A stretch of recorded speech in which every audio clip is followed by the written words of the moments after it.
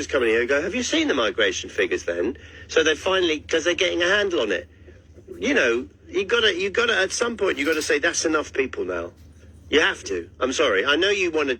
No, I know you want to just open up, pay everybody the welfare they want. Get everybody in, build more this, build more that. But in the end, you just got to say, we haven't got enough buildings, we haven't got enough police stations, we haven't got enough schools.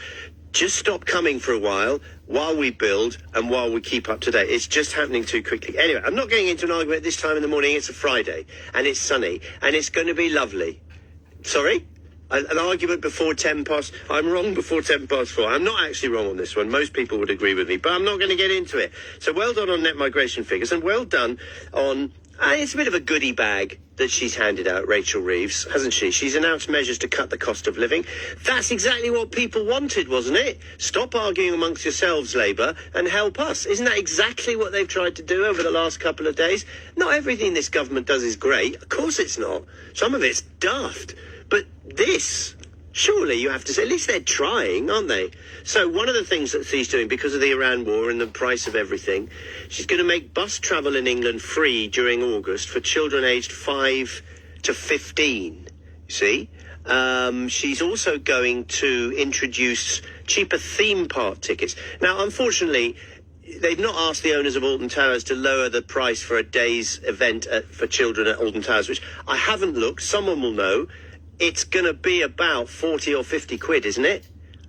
For one child. How much would a child be? I don't know. 3 figures for 2. Anyway, Thorpe Park, etc.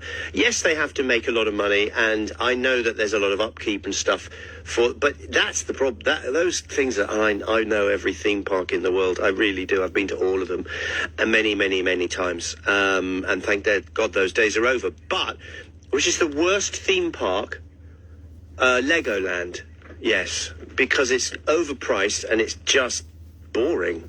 You know, it's for toddlers or people with only half a brain. It's just, they have a racetrack with Lego cars and they go, half a mile an hour? And it's okay if you're 4.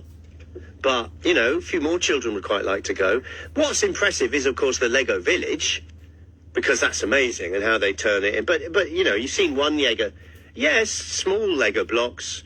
But then they build a sort of Rolls Royce outside the main stage, but they've got specialist pieces, stuff. But no, my only complaint about Legoland is it's so bleeding expensive. I could look at that. Well, we'll look up the prices. Maybe you could look at the prices next door. So knocking off 5p on a 20% or 5%. On a 20% VAT. So they're not knocking price off the ticket, they're knocking price off the tax on top of the ticket, which is what you pay